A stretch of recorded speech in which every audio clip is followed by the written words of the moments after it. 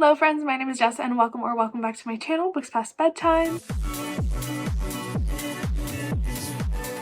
In today's video, we're going to be talking about my 25 most anticipated new book releases for 2025. Now, all of these books on this list are queer, and I have listed them in chronological order as they come out throughout the year. They vary throughout genres. There are some contemporary romance, there's some science fiction, there's some fantasy, there's a little bit of everything that I personally like, and I'm excited to share these books with you, and hopefully you can find something you can add to your 2025 TBR. So let's just go ahead and get into it. The first book on my list is Single Player by Tara Tai. This book comes out on January 7th. This book is a enemies to lovers workplace romance, and in it we're following video game creators Kat and Andy. They're working together on this game and they're clashing over the idea of this romance in the storyline. One of them doesn't want a romance at all but is like being forced to add one by the game developers, and the other girl has been hired to write this romance storyline, so they have this kind of rivalry, this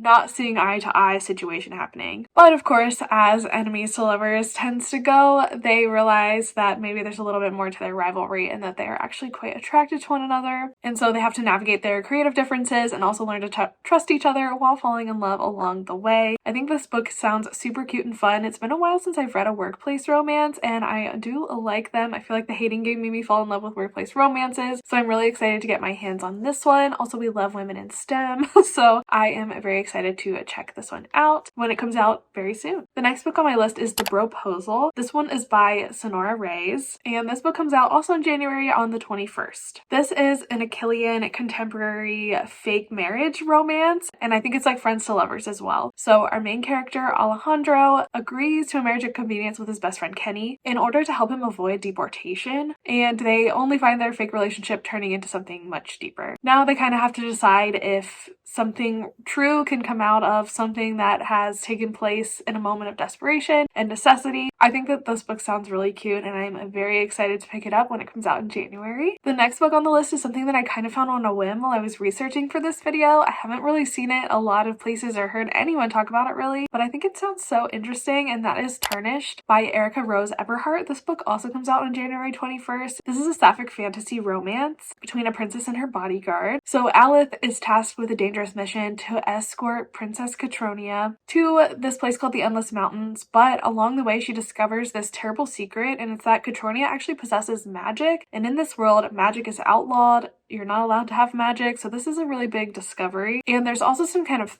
curse that's threatening Catronia's life, and of course along the way they have this growing romance and they have to decide how they're going to fight for a future together. I think this book sounds so interesting, and I love a good fantasy romance, especially if it's queer, and this one is sapphic, so I'm very excited to pick this one up. I think it sounds really good. Next on my list is of course Barbarian by Only James. This book also releases on January 21st, and this is the third book in the Jericho's Boys series, which is a spin-off of the Necessary Evil series. Basically in this series we have found family vibes, and each character is a part of this found family who it's the mission of this family to take out bad people in the world that the cops miss. Basically, they're vigilante killers, and each book is a different Achillean romance following a different member of this found family. In this book, we're following our main character, Nico, and we have met Nico in previous books. He was the roommate of one of the main characters from the second book, and so we got to know Nico quite a bit, and we were introduced to Malachi as well in that book, who was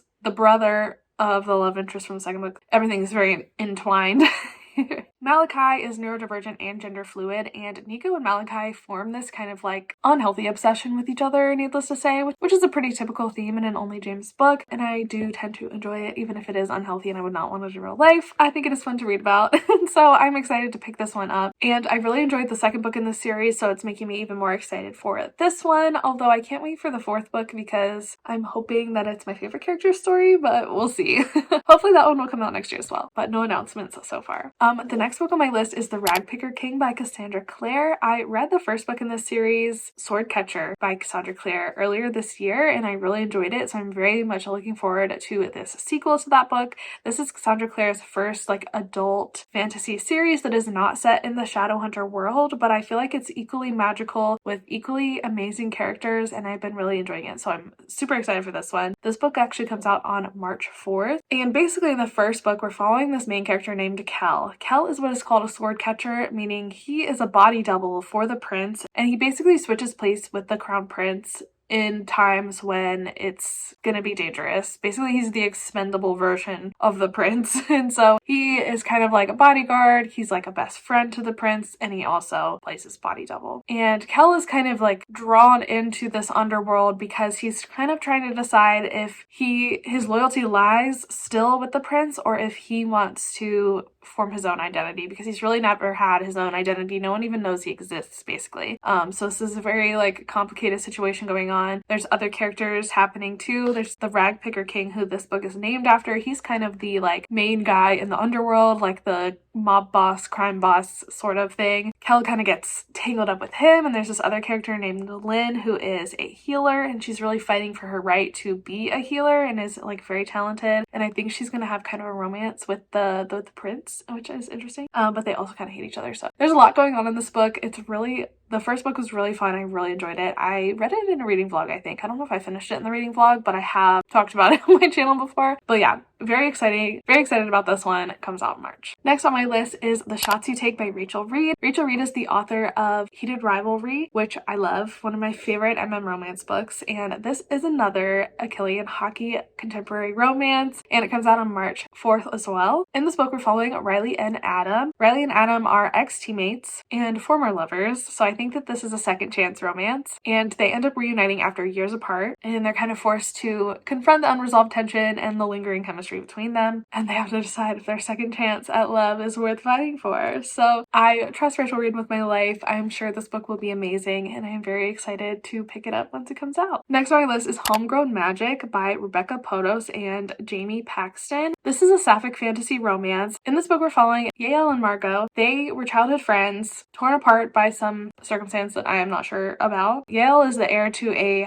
wealthy banking family, but she's like seeking adventure and freedom. She doesn't want to be a part of this. Margot, on the other hand, is a plant witch. She's struggling to help her family's business stay afloat, and then her world's kind of upended when Yael returns to her life. And I think a little romance ensues, some family secrets, some drama. I think this book sounds really good, and I've read Rebecca Potos in the past, and I have enjoyed her works, so I am excited to pick this one up. The cover is beautiful. I love it, and I can't wait to read it. Next on my list is A Gentleman's Gentleman by TJ Alexander. This book comes out on March 11th. I am very excited by this one. I've read TJ Alexander in the past, but only their like contemporary romances, which this is a Regency romance, so I'm very excited by that. In this book, we're following Lord Christopher Eden, who is a trans man, and he's being forced to navigate London's high society and fulfill his father's wish of finding a wife. However, his life takes an unexpected turn when he hires a valet named James, and the two develop a slow burn romance that challenges both their secrets and their views on traditional love in the Regency era. I think this sounds so good, and I'm so excited to pick this one up. TJ Alexander is an author that I have read before, like I said, and I enjoy their stuff, so I think that this one will be no different, and I'm always much more excited by a Regency romance than a contemporary romance, so I think this sounds amazing. Next on my list is The Sin Eater by Only James. This book comes out on March 25th and is the second book. I can't remember what the series is called. It's another spin-off of Necessary Evils, but basically this one is set in a school for psychopathic assassins, and they're like training the new generation, basically. We've actually been waiting a while for this second book. I think the first book came out in 2023, so it's been a while, so I am excited to pick this one up. In this one, we're following our main character, Waylon Boone, and Waylon is the burned out headmaster of said school for psychopathic assassins. He is now facing his most dangerous student yet, named Peyton. Peyton is calculating and obsessive and has set his sight on Waylon, and there's some kind of scandal that's like threatening to tear the school apart. Meanwhile, Waylon and Peyton's forbidden relationship is deepening, and they have to navigate a dangerous game that could destroy them both. Again, Only James always writes ridiculous romances, but I love them. I think that they're just really fun, and hopefully this one will be no different. I love a good age gap. Sounds like teacher-student situation, so I think that this one will be good. And I will eat it up, I'm sure. Next on my list is When the Tides Held the Moon by Vanessa Vita Kelly. This book comes out April 22nd. This is an Achillean fantasy. It sounds kind of steampunk-esque, and it involves a human and a merman, so I think this sounds really interesting. We're following Benny, who is an orphaned blacksmith in 1910s New York. He creates this stunning ironwork tank for Coney Island's Luna Park, which is kind of like a fair festival, but he discovers that this cage is actually being used to hold a captured merman named Rio. And as Benny and Rio grow closer, their bond deepens into this forbidden love. Benny is forced to confront the moral dilemma of freeing Rio from his captivity, and if this is worth the cost of betraying his found family that he's found with the people that run Luna Park. And considering he's an orphan, they're like his only family, so he is really stuck between a rock and a hard place, but he's in love with Rio, so I think this sounds super unique and super cool. I love the like idea of like the vibey 1910s New York. It also kind of reminds me of Before We Disappear by Sean David Hutchinson, and I loved that book, so I'm not mad about the comparison, but this one sounds like it will be a bit more magical, and I think it sounds really good, and I'm excited to pick this one up. Next on the list is My Best Friend's Honeymoon by Meryl Wilsner, and this book comes out on April 29th. This book is a queer contemporary romance, and in it we're following our main character Elsie. Elsie has been feeling trapped in a relationship she never really wanted, and so she ends up breaking off her engagement just before her wedding and decides to go on her non-refundable honeymoon with her lifelong best friend Ginny. And as they go on this honeymoon together, they realize that maybe their connection is deeper than friendship, and Elsie starts kind of learning how to ask for what she wants in a relationship, which is not something she has ever done before, and Ginny is really there to catch her and take care of her, and their trip leads to some unexpected passion and the possibility of a new, more authentic love. This cover is so hot. I love the cover of this book and I'm really excited for it. I will say that I do enjoy Meryl Wilsner's romances. I've read two in the past. I have liked both of them, although I feel like she does write some pretty cringe smut scenes, so I'm kind of hoping that this book will be a little bit less cringe in that department, because otherwise, perfect books, great author, lovely stories. That is just the element that's lacking for me a bit, so I'm hoping that this one's a little bit better. But either way, I am very excited for this one, and I will definitely be reading it in April. Next on my list is The Unlikely Pursuit of Mary Bennett by Linz McLeod. This book also comes out on April 29th, and this book is a sapphic Regency romance that's kind of like a remix or like sequel to Pride and Prejudice, which I love, and I'm very interested in this. It is set 4 years after Pride and Prejudice, and Charlotte Lucas is left reeling after the death of her husband, Mr. Collins, and so when her best friend Lizzie sends her sister Mary Bennett for support, Charlotte's captivated by Mary's newfound confidence and blossoming interests, leading them to a forbidden love that challenges both their societal roles and their hearts. I think this sounds so good. I'm so fascinated by this. I love the idea of Mary Bennett getting a romance with Charlotte Lucas. I think that's so fun. So I am very excited to read this one, and like I said before, I love a good Regency romance, so this one is definitely on my radar. Next, I want to talk about Kiss Me Maybe by Gabriela Gomez. This book comes out on May 6th. This is a sapphic contemporary romance, and in it we're following our main character, Angela, who is a librarian, a late bloomer, and a newly out ace woman. She actually ends up going viral for some reason for her coming out or something, and so she's using her newfound influence to orchestrate a scavenger hunt for her first kiss, and she's being helped out by her longtime crush and friend Crystal. But as the two spend more time together, Angela's feelings for Crystal deepen, but Crystal has this limiting belief that she's not capable of love, and so this is kind of throwing a wrench in things, makes it more complicated for Angela to win Crystal over and win Crystal's heart. I think this sounds really cute. Again, this cover is so beautiful, and I love a sapphic romance, and I'm here for all the ace reps, so that really was what sold me on this book, is the ace rep in particular, so I'm very excited to read this one. I think it sounds really cute. Of course, I couldn't make this list either without Dream On Ramona Riley by Ashley Herring Blake. This book comes out on May 13th. This is a sapphic small town contemporary romance, and we're following our main character Ramona Riley. Now, Ramona Riley kind of used to be like have dreams of grandeur of being an actress, but she is just a waitress in her small town, and she's like kind of happy with her life. But Hollywood's latest romantic comedy is being filmed in her hometown. It's kind of like thrusting her back into these feelings of like wanting to be an actress, being interested in that sort of thing. And this movie is also bringing back Dylan Monroe, who was Ramona Riley's first kiss, is now a famous actress. And so the two actually end up reconnecting, and they're kind of navigating their past and present and their aspirations to decide if their rekindled romance can survive the clash between their diverging lives and dreams. This sounds really cute. I'm so excited to get a new Ashley Herring Blake romance. I think that this one sounds so good and so cute, and I love the small town vibe. Like all of Ashley Herring Blake's books, this sounds like it'll be right up my alley, and I definitely will be sprinting to the bookstore on May 13th. Next on my list is These Vengeful Gods by Gabe Cole Novoa. This book comes out on May 27th. This is a queer YA fantasy with like a game tournament element, which sounds really cool. We're following our main character Crow, who I believe is non-binary, and they are a teen with hidden magical powers. And Crow is actually a descendant of the god of death. And so when their uncles are arrested for harboring other death children, Crow enters this deadly gladiator-style competition called the Tournament of Gods, where the winner can demand a favor. And so Crow is determined to win so that they can free their family, even if it means confronting the gods and risking everything. This sounds so exciting and incredible. This author has released quite a few books in the last few years that have sounded so good to me, and I can't believe I haven't picked any of them up. So hopefully 2025 is the year that I can finally read something from them. This book sounds amazing, so it's definitely high up there for me. Next on my list, And They Were Roommates by Paige Powers. This book comes out on May 27th. I believe that this is a queer YA contemporary romance. In this book, we're following Charlie. Charlie is a trans student at Valentine Academy for Boys, and he's determined to keep his identity a secret. He doesn't want to be out as trans. He just wants to fly under the radar, especially from his famous poet roommate. I'm not sure how teenagers famous poet. I don't know. Jasper, who also happens to be Charlie's ex-camp romance from pre-transition. And so Charlie is like hoping Jasper doesn't recognize him, and they end up making a deal to deliver secret love letters between the boys and girls at the sister academy. But along the way, Charlie finds himself drawn back into his feelings for Jasper, all while struggling to maintain his hidden truth. I do love a cute coming-of-age contemporary YA romance every once in a while, and I like the idea of like roommates, forced proximity. Love that trope, so I think that this one sounds super cute, and it's definitely staying on my radar.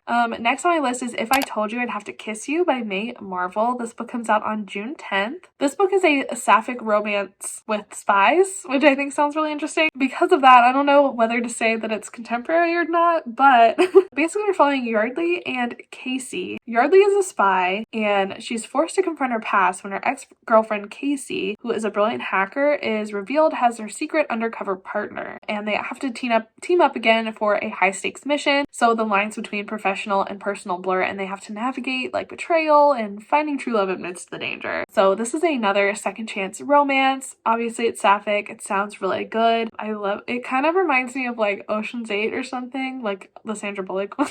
Just the idea of like a romance between these two like undercover spy hacker people like sounds very fascinating to me and interesting, and I love, again, women in STEM. So I'm very excited for this romance. I think it sounds really good. Another book I'm excited for, and I'm sure many people are excited for, is Bury Your Bones in the Midnight Soil by V.E. Schwab. This book also comes out on June 10th. There is not a ton of information about this book, so I'm literally just going to read you the description on Goodreads. It looks like it takes place in 3 different locations following 3 different women whose stories kind of intertwine. So it says Santo Domingo de la Cazalda, 1532, London, 1837, Boston 2019. 3 young women, their bodies planted in the same soil, their stories tangling like roots. One grows high and one grows deep and one grows wild, and all of them grow teeth. From the tags as well, I'm gathering that this is about lesbian vampires, which sounds amazing. Sign me up. I'm very excited for this book. I think it sounds so amazing and unique, and will probably be beautiful because it's written by V.E. Schwab.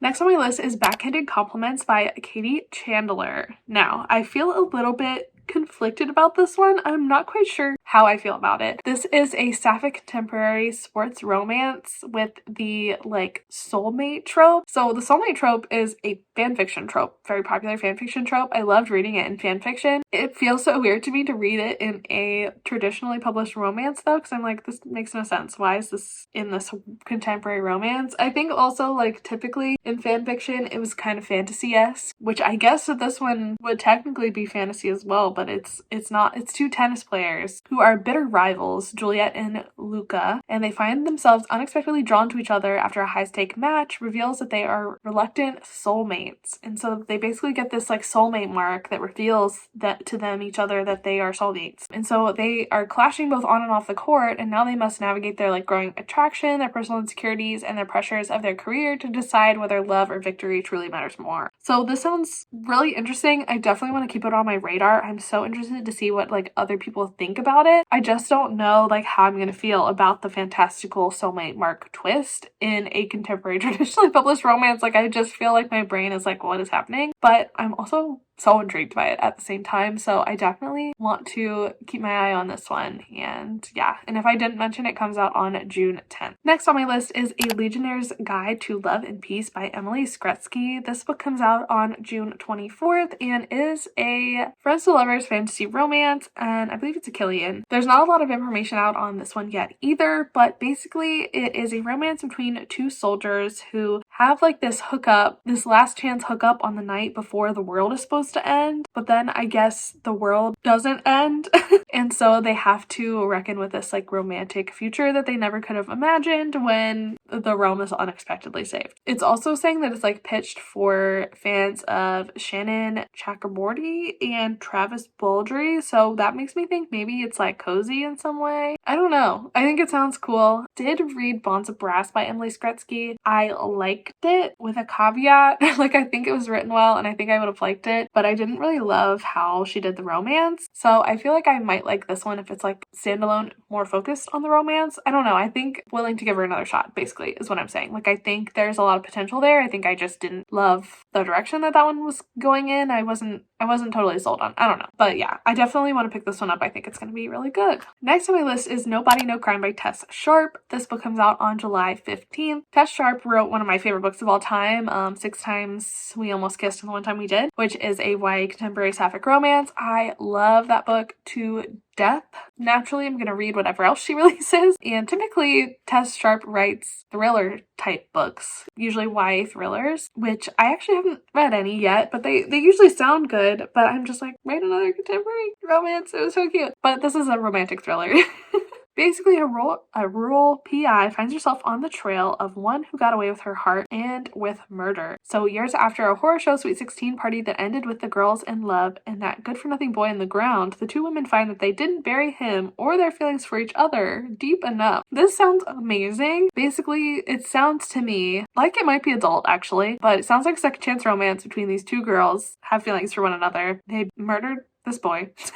He probably deserved it. They're gonna come back together because something is going on. I think this sounds really good and really interesting. I also love that it's called No Body, No Crime. We love a Swiftie up in here, so I'm very excited for this one. I think this sounds amazing and I can't wait for July. Next on my list is Volatile Memory by Seth Hayden. This book comes out on July 22nd. It's a sapphic sci-fi novella. In it, we're following our main character, Wyla, who is a skilled hunter on the run, and she ends up discovering a sentient AI trapped in this discarded tech mass. I love a sentient AI, so I was instantly drawn in by this description, and she's kind of trying to unravel the mystery behind this AI's origin. While she's doing that, Wyla forms this unexpected bond with the AI. Her beliefs about herself and the world are questioned, and they're both like led on this dangerous quest for answers. Sounds amazing. Sold. Sign me up. I love a romance between a human and an AI. Here for that. I do think it's kind of scary now that AI really is like such a big thing, but